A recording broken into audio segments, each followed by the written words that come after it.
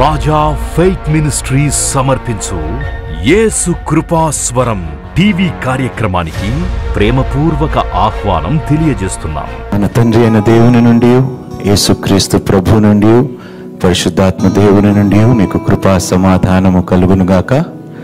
ఆమేన్.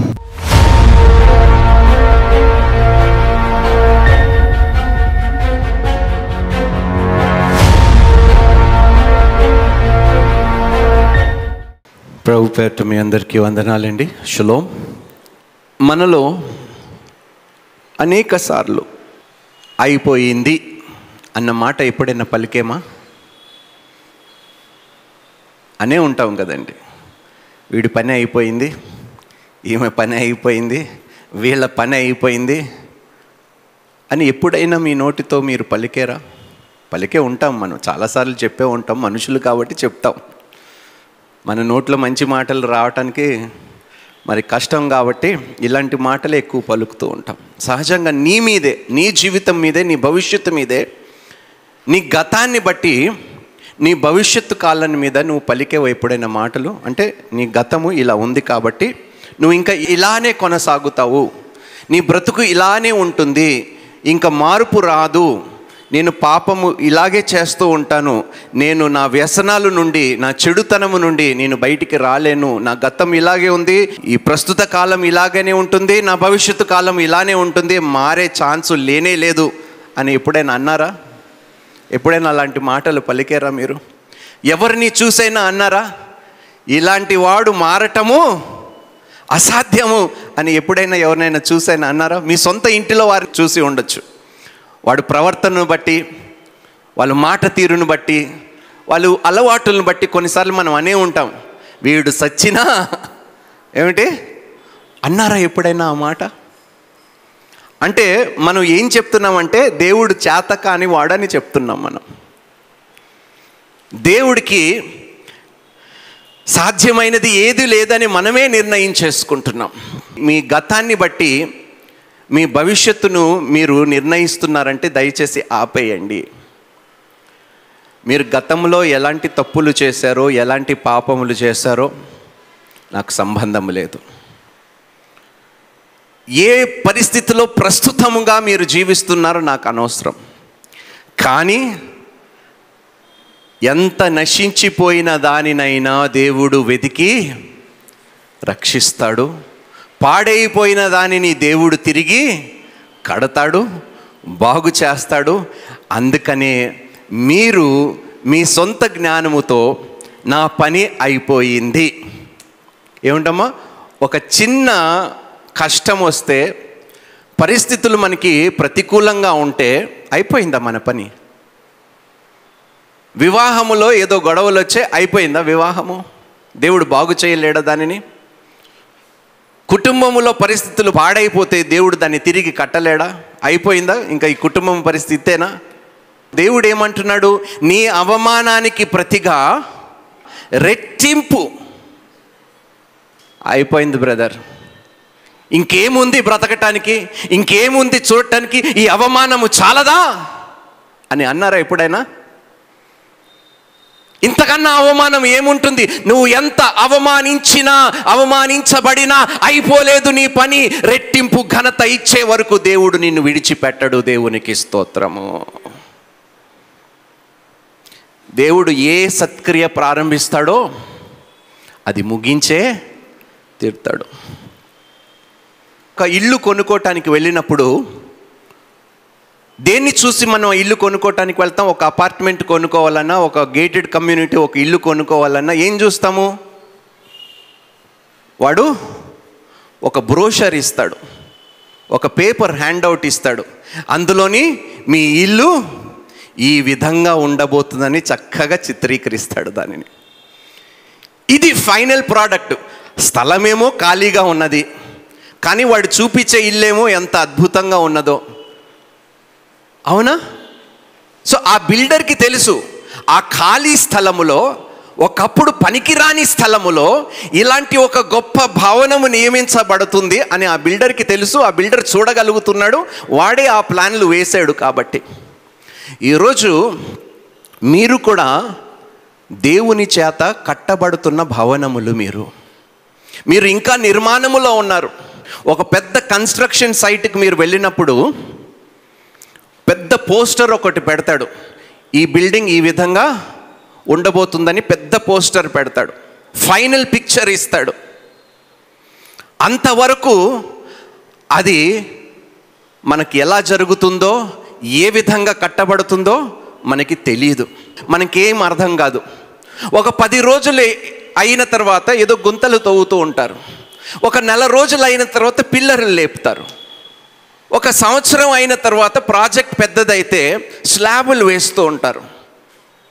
కానీ ఏదో ఒక రోజు ప్రారంభించిన ఆ యొక్క నిర్మాణము పూర్తి చేయవలసి ఉంటుంది ఆ బిల్డర్కి. అవునా?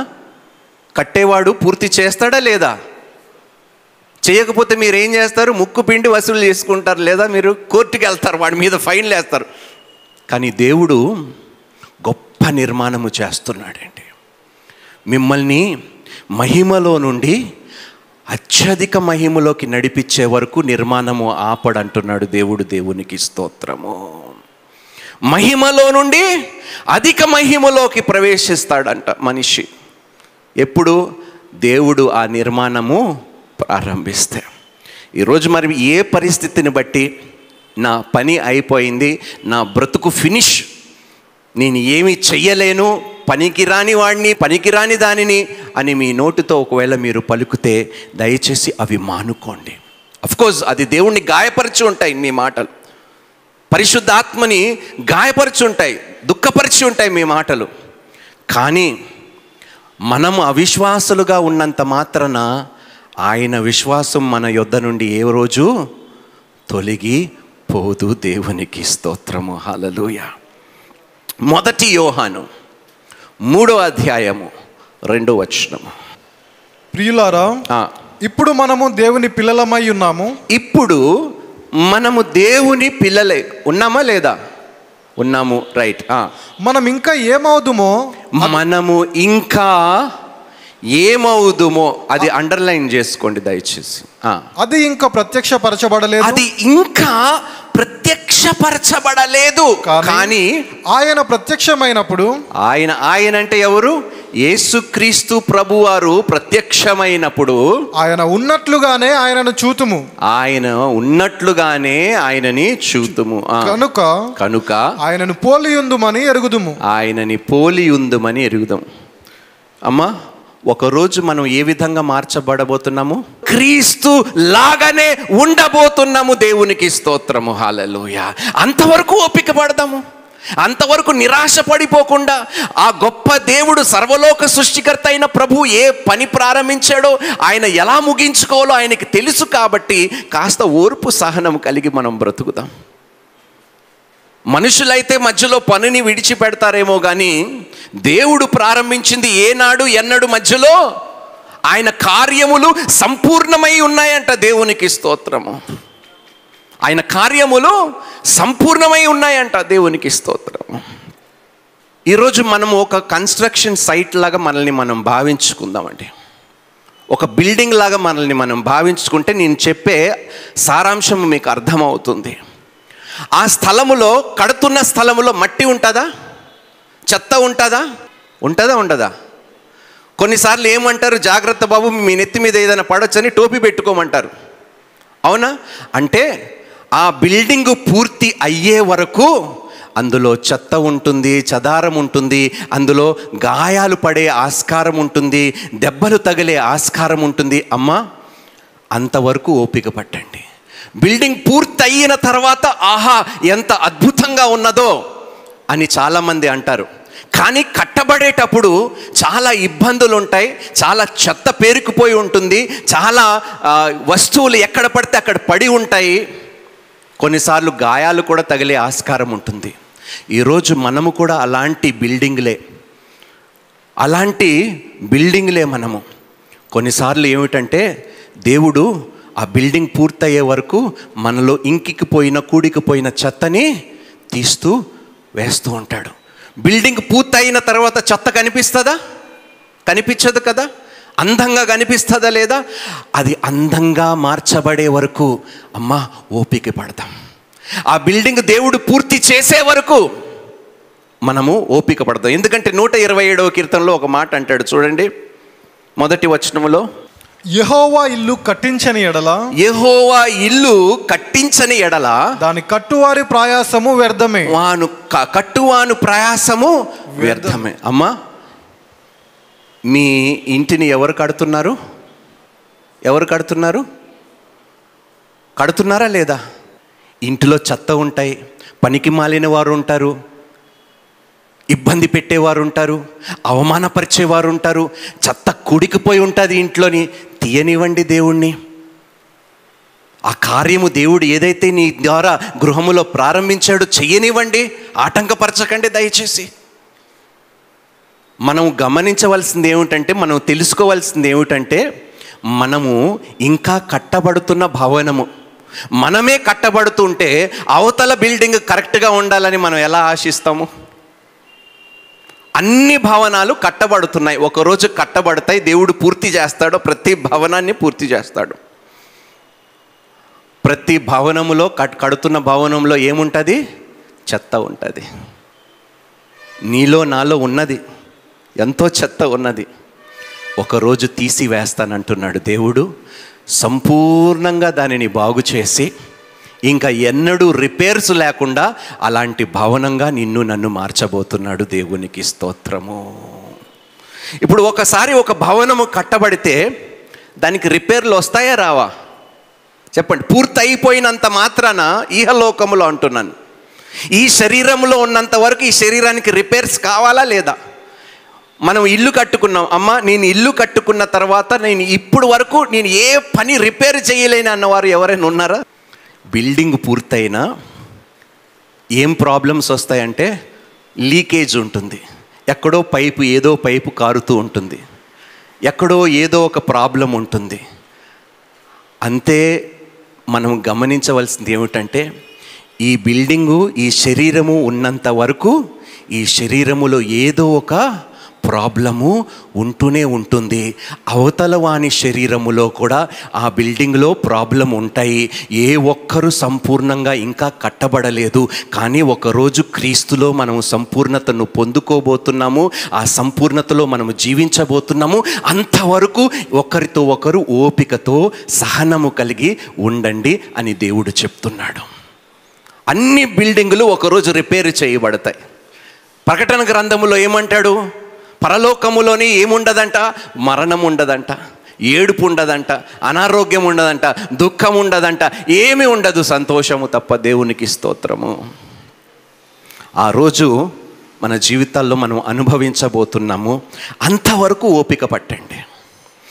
లోపాలు ఎత్తి చూపించకండి. నీ భర్త మంచివాడు కాకపోతే ప్రార్థన చేయండి, నీ భార్య గయ్యాలిదైతే ప్రార్థన చేయండి, ఇంట్లో సమస్యలు ఉంటే ప్రార్థన చేయండి. రిపేర్లు ఉంటూనే ఉంటాయి. ఇంటిలో బెడ్రూమ్లో రిపేర్లు ఉంటాయి, హాల్లో రిపేర్లు ఉంటాయి, వంటగదిలో రిపేర్లు ఉంటాయి. అంటే ప్రతి మనిషి ఎవడైతే ఇంటిలో ఉంటున్నాడో ప్రతి మనిషికి రిపేర్ అనేది అవసరము. కాబట్టి ప్రతి మనిషిని దేవుడు బాగు చేస్తాడు. పాడైపోయిన దానిని గట్టిగా కట్టి తిరిగి దేవుడు నిలబెట్టుకుంటాడు. అది ఆయన పని కాబట్టి ఆయన పూర్తి చేసే తీరుతాడు.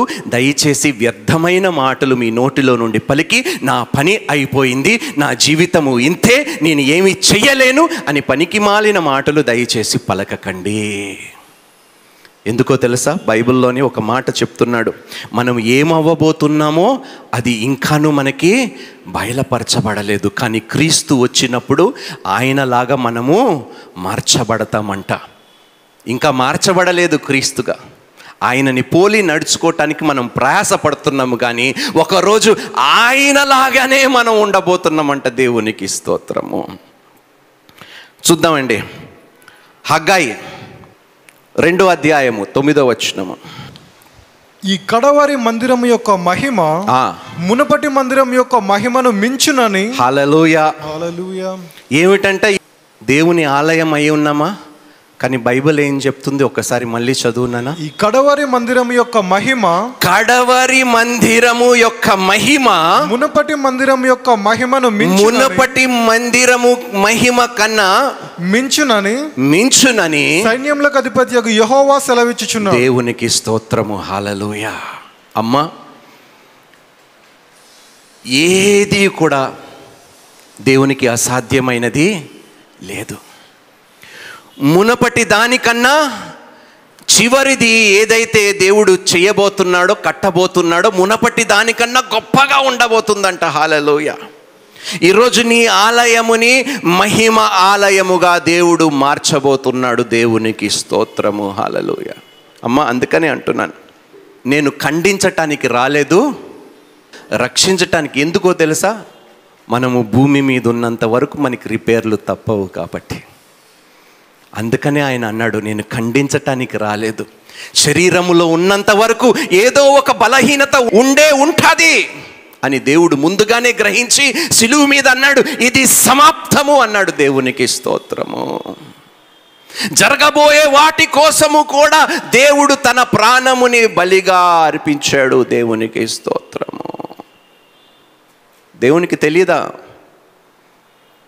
మనం ఈరోజే కాదు, రేపు, ఎల్లుండి, సంవత్సరాల కొద్దీ మనం బ్రతుకున్నంత కాలము ఏదో ఒక పొరపాటు ఎప్పుడో ఒకసారి చేస్తాం, ఏదో ఒక బలహీనతకు లోబడతాం. కానీ ఎప్పుడైతే ఆయన తట్టు తిరుగుతామో, ఏదైతే మనం బలహీన పడిపోయి మనం లోబడ్డామో, అది ఏదైతే పాడు చేసిందో, దేవుని దగ్గరికి వెళ్ళినప్పుడు ఆయన దగ్గర అన్ని టూల్స్ని, పరికరాలు, అన్ని పరికరాలు, బాగు చేసే ప్రతి పరికరాలు ఆయన దగ్గరే ఉన్నాయంట. దేవునికి స్తోత్రము. నిన్ను నన్ను బాగు చేసే అన్ని దేవుని దగ్గర ఉన్నాయి. దిస్ టెంపుల్, ఈ ఆలయము ముందున్న ఆలయము కన్నా గొప్ప మహిమగా, గొప్ప మహిమ కలిగిన ఆలయముగా దేవుడు దీనిని మార్చబోతున్నాడు. ప్రసంగి, ఎక్లీసియాస్టిస్ 7వ అధ్యాయము 8వ వచనం. కార్యారంభము కంటే కార్యాంతము మేలు. కార్య ఆరంభము కంటే కార్యాంతము మేలు. దేవునికి స్తోత్రము. మన ఆరంభము చిన్నగా ఉండొచ్చు, కానీ ఒకరోజు దేవుడు దాన్ని అద్భుతంగా మార్చబోతున్నాడు. దేవునికి స్తోత్రము. ఏ పని ప్రారంభించాడో, ఏ సత్క్రియ దేవుడు నీలో ప్రారంభించాడో, అది ఘనముగానే ముగింపబడుతుంది. దేవునికి స్తోత్రము, హల్లెలూయా. మధ్యలో నిన్ను నన్ను విడిచిపెట్టి నీ పని అయిపోయింది అనే దేవుడు మన దేవుడు కానే కాడు. మనుషులు అంటారు నీ పని అయిపోయింది, కానీ దేవుడు ఎన్నడూ ఆ మాట తన నోటిలో నుండి పలికే దేవుడు కాడండి. ఇర్మియా గ్రంథములో మనం చూసినప్పుడు ఆయన ఏమంటాడు? నిన్ను గూర్చి ఉద్దేశించిన సంగతులు. తెలుసా తెలీదా? దేవునికి తెలుసా? నిన్ను గూర్చి ఉద్దేశించిన సంగతులు దేవునికి తెలుసా తెలియదా? మరి నువ్వెవరయ్యా? మీరు ఎవరండి నా పని అయిపోయింది అనటానికి? నా భవిష్యత్తు ఇంతే, నేను మారలేను, ఆయన మారడు, ఈమె మారడు, నా కుటుంబంలో మార్పు రాదు, నా జీవితం మార్పు రాదు, నేను విధవరాలు అయిపోయాను, నా పని అయిపోయింది, ఒంటరిదానిని అయిపోయాను, నన్ను పట్టించుకునే నాదుడు లేడు, అయిపోయింది నా పని. ఎవరండి మనం ఈ మాటలు పలకటానికి? దేవుడే అంటున్నాడు, నిన్ను గూర్చి ఉద్దేశించిన సంగతులు నేను ఎరిగితిని అంటున్నాడు. అవి హానికరమైనవి కావు, అవి క్షేమకరమైనవి అంటున్నాడు. దేవునికి స్తోత్రము. అమ్మా, దేవుడు నిన్ను ఉద్దేశించి కొన్ని ఆలోచనలు కలిగి ఉన్నాడు. దయచేసి పిచ్చి ఆలోచనలు కలిగి మీరు మాత్రం ఉండకండి అని నేను మనవి చేస్తున్నా. పిచ్చి ఆలోచనలు కలిగి అంతే, ఏమిటి భర్త చనిపోతే అంతేనా, అయిపోయిందా మీ పని, నన్ను ఎవరు పట్టించుకోరా? సింగిల్ పేరెంట్స్, తల్లులు కానీ ఎవరైనా భర్తలు కోల్పోయి ఉంటే చాలాసార్లు అంటాడు, ఏంటో బ్రదర్ నా భవిష్యత్తు నాకే అర్థం కాని స్థితిలోనే ఉన్నాను అంటే, దేవుడు అంత చేత కానివాడా? నిన్ను గురించి ఉద్దేశించిన సంగతులు ఆయన మర్చిపోయాడా? ఆయన మధ్యలో ఏదైతే ప్రారంభించాడో మధ్యలో విడిచిపెట్టేసి వెళ్ళిపోతాడా? ఇలాంటి వ్యర్థమైన మాటలు పలకటము ఆపేద్దాము. అమ్మా, ఏది ప్రారంభించాడో దేవుడు, ఎవరు ఎన్ని మాటలన్నా మీ జీవితం మీద, మీ జీవితం పట్ల ఎవరు ఎన్ని మాటలు పలికినా అవి వట్టి అబద్ధాలు మాత్రమే. దేవుని మాటలోనే సత్యం ఉన్నది, దేవుని మాటలోనే శక్తి ఉన్నది. దేవుని మాటలే ఎండిపోయిన ఎముకలని తిరిగి సజీవముగా లేవనెత్తగలుగుతుంది. చచ్చిపోయిన ఎముకల పని కూడా కాలేదు. మనుషులు అన్నారు అయిపోయింది, ఎండిపోయిన ఎముకలు ఇంకా ఎందుకు పనికొస్తాయని మనుషులు చెప్పొచ్చు, కానీ దేవుడు అన్నాడు ఆ ఎముకలతో కూడా నా పని కాలేదు. హల్లెలూయా. ఎండిపోయిన ఎముకల మీద మాంసమును తిరిగి కట్టగలిగే దేవుడు మన దేవుడైన యెహోవా. దేవునికి స్తోత్రము. హల్లెలూయా. అమ్మా, మనుషులకి లాజరు పని అయిపోయింది. 4 రోజులు శవము కుళ్ళిపోయి ఉంటుంది. అయ్యా ఇప్పుడు వచ్చి చేసేది ఏమిటి అని యేసుక్రీస్తు ప్రభువుని ప్రశ్నించారు. కానీ యేసయ్య నా పని పూర్తి కాలేదు అన్నాడు. దేవునికి స్తోత్రము. లాజరు లెమ్ము, బయటికి రా అన్నాడు. దేవునికి స్తోత్రము. నీతో నాకు ఇంకా పని ఉంది. నువ్వు చచ్చిపోయావని లోకం అనుకుంటుంది, కానీ నిన్ను తిరిగి బ్రతికించి నేను ఏదైతే పని చెయ్యాలనుకున్నానో, ముగించాలనుకున్నానో అది చేసే తీరుతాను. అంత గొప్ప దేవుడు మన దేవుడై ఉన్నాడు. దేవునికి స్తోత్రము.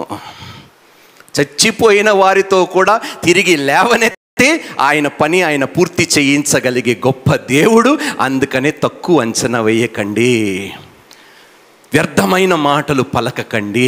నా పని అయిపోయింది. లాజరు పని అయిపోయిందా అమ్మా? అందుకనే అంటానమ్మా, దేవునికి అసాధ్యమైనది నమ్మటము మీ వశమైతే మరి ఎందుకు అయిపోయింది అంటారు మీరు నా పని? దేవుడు ఒక్కసారి నిన్ను పట్టుకుంటే విడిచిపెట్టాడమ్మా.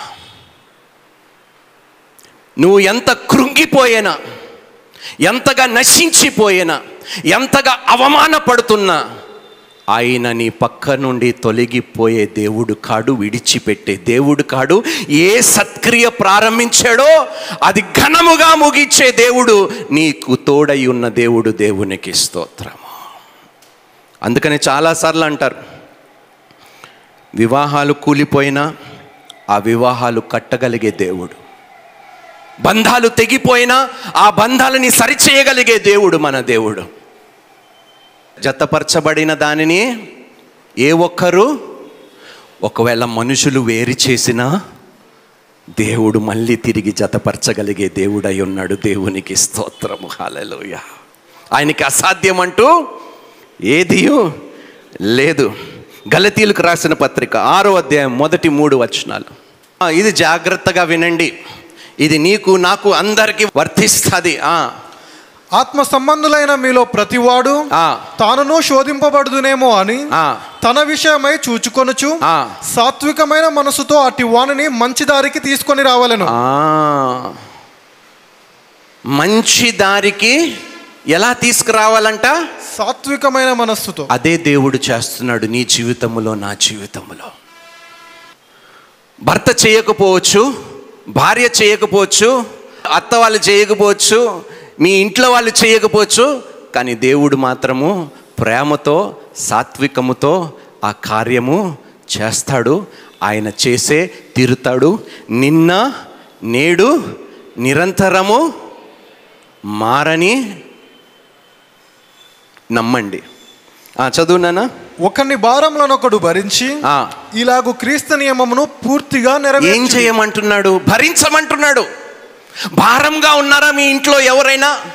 భరించు. ఎందుకంటే నీ భారము, నీ పాపిష్టి భారము, నీ పాపపు యావత్తు భారము దేవుడు భరిస్తున్నప్పుడు నీ ఇంటిలో పాపము చేస్తున్న వాడిని నువ్వు ఎందుకు సహించలేకపోతున్నావు, భరించలేకపోతున్నావు? ఎందుకు అంత తొందరగా వారి జీవితంలో ఓటమిని ఒప్పుకుంటున్నావు? ప్రార్థనలు ఎందుకు మానేస్తున్నావు? అమ్మా, నీ జీవితాన్ని కడతాడు. నువ్వు ఎవరి జీవితం అయితే కట్టబడలేదో అంటున్నావు, వారి జీవితము కూడా కట్టగలిగే దేవుడు మన దేవుడైన యేసుక్రీస్తు ప్రభువారు. Hallelujah. God is not done. ఆయన ఇంకా ఈరోజు నువ్వు బ్రతుకున్నావు ఎందుకు తెలుసా? ఎందుకు బ్రతుకున్నావు ఈరోజు? ఎందుకు సజీవ లెక్కలో పెట్టాడు? ఇంకా నీలో ఏదో రిపేర్ ఉన్నది. బాగు చేయవలసిన వాటిని ఇంకా కొన్ని ఉన్నాయి కాబట్టి అది బాగు చేసే ఆయన దగ్గరికి ఆయన తీసుకొని వెళతాడు. దేవునికి స్తోత్రము, హల్లెలూయా. మధ్యలో విడిచిపెట్టే దేవుడు కాడండి. అందుకనే మీ నోటితోని వీళ్ళు పరిస్థితులు మారరు, వీళ్ళు మారరు, చిచ్చి వీళ్ళు మనుషులేనా అని ప్రశ్నించే గొప్ప వారము మనం.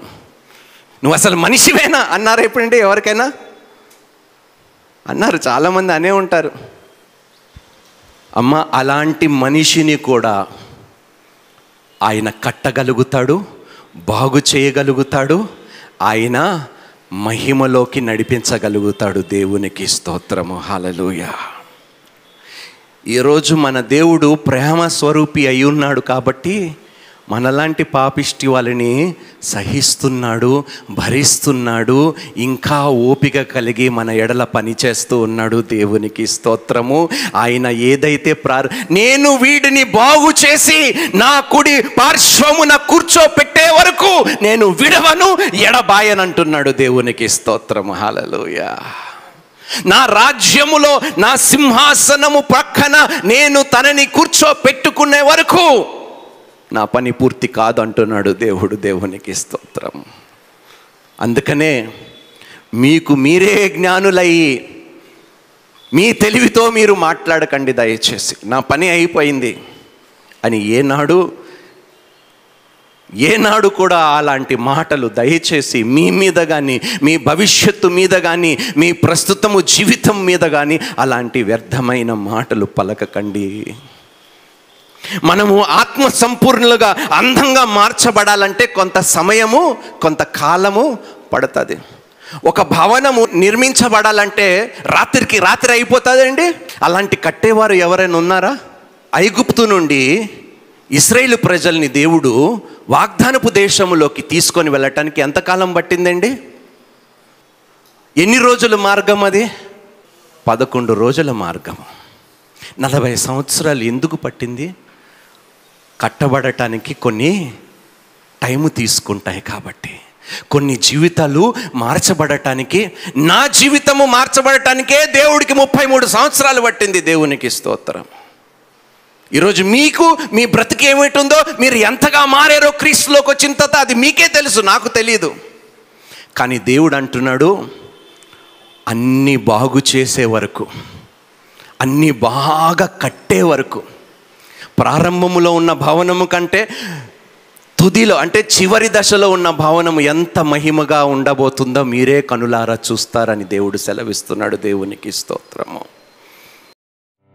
దైవజనులు బోధించిన మరిన్ని ప్రసంగాలను విని ఆత్మీయంగా బలపడాలని ఆశ కలిగిన వారు Raja faith ministries YouTube, Raja faith ministries Facebook, Raja Hebel Instagram, Raja Hebel RFM Twitter subscribe చేయండి, లైక్ చేయండి, కామెంట్ చేయండి, షేర్ చేయండి, ఫాలో అవ్వండి. Raja faith ministries the new covenant church వారి ఆదివారపు ఆరాధన సమయములు. ఇంగ్లీషు ఆరాధన ఉదయం 9 గంటలకు, తెలుగు ఆరాధన ఉదయం 11:30 సాయంత్రం మా తెలుగు ఆరాధన అక్టోబర్ నెల నుండి రాత్రి 6 గంటల నుండి 8 గంటల వరకు జరుగును. మా ఆదివారపు ఆరాధన ప్రత్యక్ష ప్రసారాలు రాజా ఫెయిత్ మినిస్ట్రీస్ యూట్యూబ్ మరియు రాజా ఫెయిత్ మినిస్ట్రీస్ ఫేస్బుక్లో వీక్షించండి. తప్పక ఈ ఆరాధనలో పాల్గొని దైవ దీవెనలు పొందగలరు. ఆరాధనలు జరుగు స్థలం Kashish convention hall, 3rd floor, Musheerabad metro station పక్కన, హైదరాబాద్. మరిన్ని వివరములకు సంప్రదించవలసిన మా ఫోన్ నంబర్లు 9000320028, 9346077114.